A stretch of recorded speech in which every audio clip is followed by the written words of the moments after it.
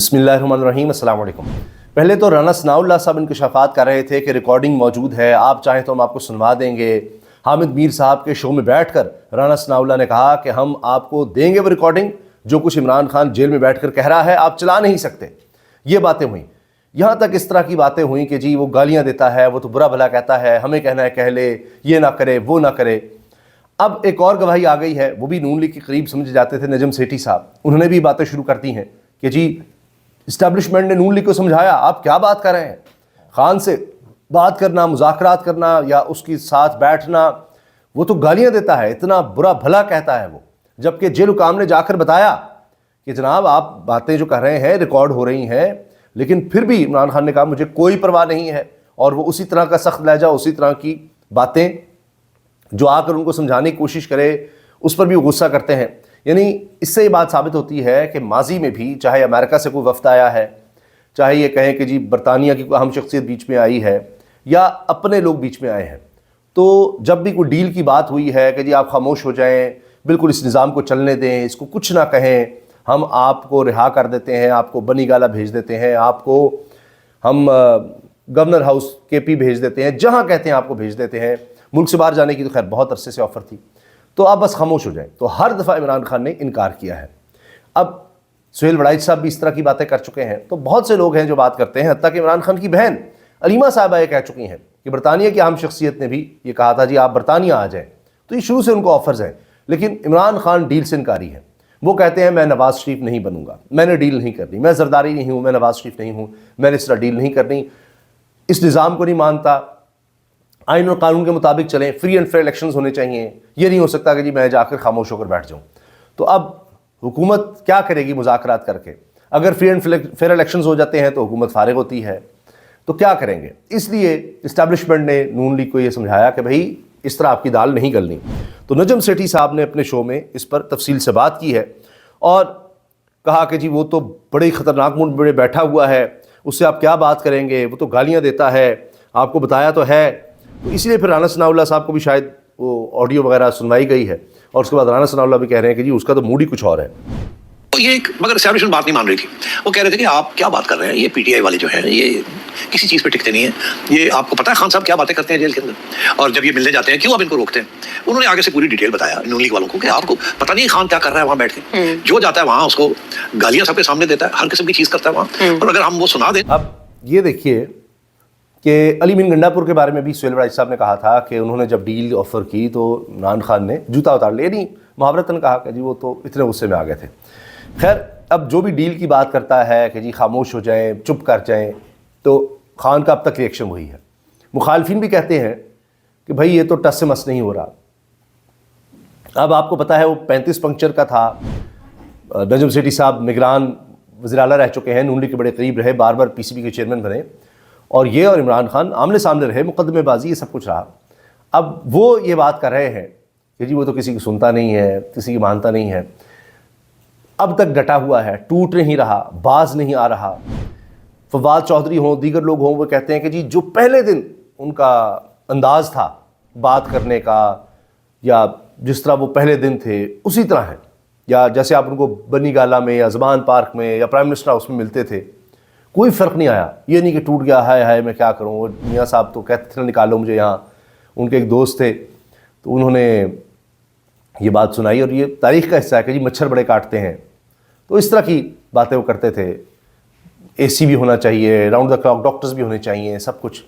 تو جو ہی پھر برطانیہ گئے، پلیٹلیٹس کا کچھ پتہ ہی نہیں چلا کس طرح گرے تھے، کیا ہوا تھا، وہ تو پھر فیصل واڈر صاحب نے کہا کہ ہم نے خود ان کی رپورٹس بنائی تھیں، اور میاں جاوید لطیف بات بھی نہیں کر سکے۔ تو یہ فرق ہے۔ اب یہ نہ بیمار ہو رہا ہے،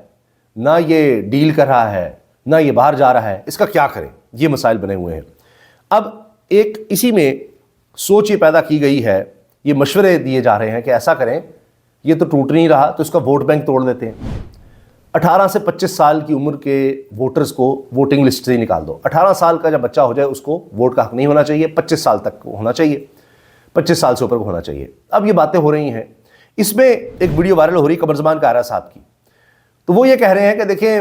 میں اس بارے میں کیا کہوں، لیکن یہ ضرور ہے کہ ہم بھی 18 سال سے گزرے ہیں، میرے بھی بچے ہیں، تو منشور کو دیکھ کے ووٹ ڈالنا چاہیے۔ 18 سال کے بچے کو کتنا منشور کا پتہ ہوتا ہے؟ یہ سنیے پہلے قائرہ صاحب کی گفتگو اور پھر اس پر کیا دلائل دیے جا رہے ہیں وہ بھی میں آپ کے سامنے رکھتا ہوں۔ مجھے 18 سال کے ووٹ کے اوپر اعتراض نہیں ہے، لیکن ووٹ دینا بنیادی طور پہ پاکستان کے حالات کے تناظر میں اس کے منشور کو پڑھ کے دیکھ کے اس کے اوپر فیصلہ کرنا ہوتا ہے۔ 18 سال کا بچہ کتنے منشور کا جائزہ لے سکتا ہے جنسی کا مجھے بھی اندازہ ہے، ہم بھی اگر اسی عمر سے گزرے ہیں اور ہمارے بھی بچے ہیں، تو یہ اپنی جگہ ہے۔ اب یہ جو بات کر رہے ہیں کہ جی کتنا ان کو منشور کا پتہ ہوگا، تو اس پر اب جواب یہ دیا جا رہا ہے، دلیل یہ دی جا رہی ہے کہ چیئرمین بلاول بھٹو زرداری صاحب جب چیئرمین بنے پاکستان پیپلز پارٹی کے محترمہ بینظیر بھٹو کے انتقال کے بعد، ان کی شہادت اور قتل کے بعد، تو ان کی عمر کیا تھی؟ 18-19 سال۔ تو آپ 18-19 سال کے بچے کو چیئرمین بنا سکتے ہیں ایک پاکستان کی بڑی پولیٹیکل پارٹی کا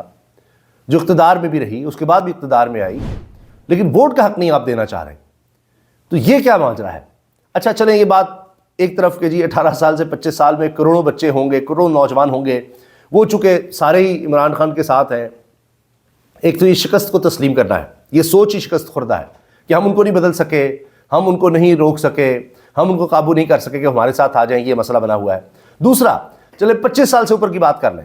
25 سے 45-46 سال میں بھی میجورٹی ہے ووٹرز کی لسٹ میں، اگر آپ جا کر دیکھ لیں تو اس میں بھی 46% اس میں فال کرتے ہیں۔ ان کا کیا کریں گے؟ پھر 40 سے اوپر لے جائیں گے۔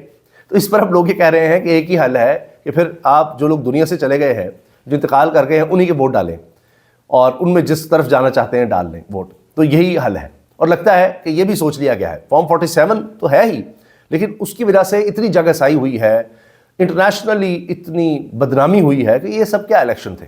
اور بار بار آپ یہ کر نہیں سکتے، مسائل ہیں، تو اس لیے کوئی نئی سوچ لائیں، کچھ نیا کریں، اس چکر میں اب یہ سارا کچھ کیا جا رہا ہے۔ تو حماقت در حماقت ہے یہ باتیں سوچنا کہ جی 18 سال کے بچے کو ووٹ کا حق نہیں دینا، 25 سال سے اوپر کو دینا ہے، یہ بھی کر کے دیکھ لیں، بات بننی نہیں ہے۔ آخر میں وائرل ویڈیو کا تذکرہ، جواد احمد صاحب اپنی پارٹی بنا چکے مشہور معروف سنگر ہیں، ریحان طارق 24 چینل کے اینکر ہیں، ان کے ساتھ پوڈ کاسٹ ہو رہا ہے، اس میں خاتون بات کرنا شروع کرتی ہے، سوال و جواب بھی ہوتے ہیں، اس میں آڈینس بھی بیٹھی ہوتی ہے۔ اسی طرح نوجوان نے سوال کیا تو جواد صاحب بڑے غصے میں آ گئے کہ آپ جاہل ہیں، آپ کو پتہ نہیں آپ کس طرح کی بات کرتے ہیں، اور اس نے سوال کیا کہ جی آپ نبی کریم صلی اللہ علیہ وسلم کو بھی آئیڈیل کہتے ہیں، دیگر شخصیات کا نام لیا، لیکن آپ کس طرح سے سب سے گرل فرینڈ کا پوچھ رہے ہیں کہ جی تمہاری بھی ہوگی، فلاں ہے۔ یعنی جواد احمد صاحب بتا رہے تھے کہ جی آپ منافقت میں آتے ہیں، آپ ایک طرف اسلام کا نام لیتے ہیں، لیکن دیکھیے جی زندگی آپ کی کیسی ہے۔ اسی طرح ایک خاتون نے جب سوال کیا کہ جی اس نے 92 ورلڈ کپ جیت کر دیا، ہم باہر جاتے ہیں، میں میرے خامند باہر تھے، تو وہاں پر جب ہم نے شلوار قمیض پہنی ہوئی تھی انہوں نے پہچان لیا پاکستان، نے کہا oh you are from Pakistan, you are from Imran Khan's country, تو یہ اس نے ہمیں نام دیا۔ تو اس پر جواد کہتے ہیں آپ لوگ جاہل ہیں، آپ کو پتہ نہیں ہے آپ کس طرح کی بات کر رہی ہیں، اس کی بیوی پردہ کرتی ہے اور وہ سب کو پردے پہ کیا لگا دے گا، اس کی بہنیں چادریں لیتی ہیں، ماہرہ خان چادر لے گی تو ڈانس کیسے کرے گی، آپ کیا بات کر رہے ہیں۔ تو اس پر کافی زیادہ گرما گرمی ہو گئی، اور جواد صاحب اس پر کافی زیادہ غصے میں نظر آئے اس خاتون پر، اور اس نے جب سوال کیا اور اٹھ کر جانے لگے تھے، پھر ریحان طارق ان کو بار بار بٹھاتے رہے کہ آپ بیٹھے تو بیٹھے تو صحیح، تو جب بیٹھ گئے تو کافی غصے میں نظر آئے۔ انہوں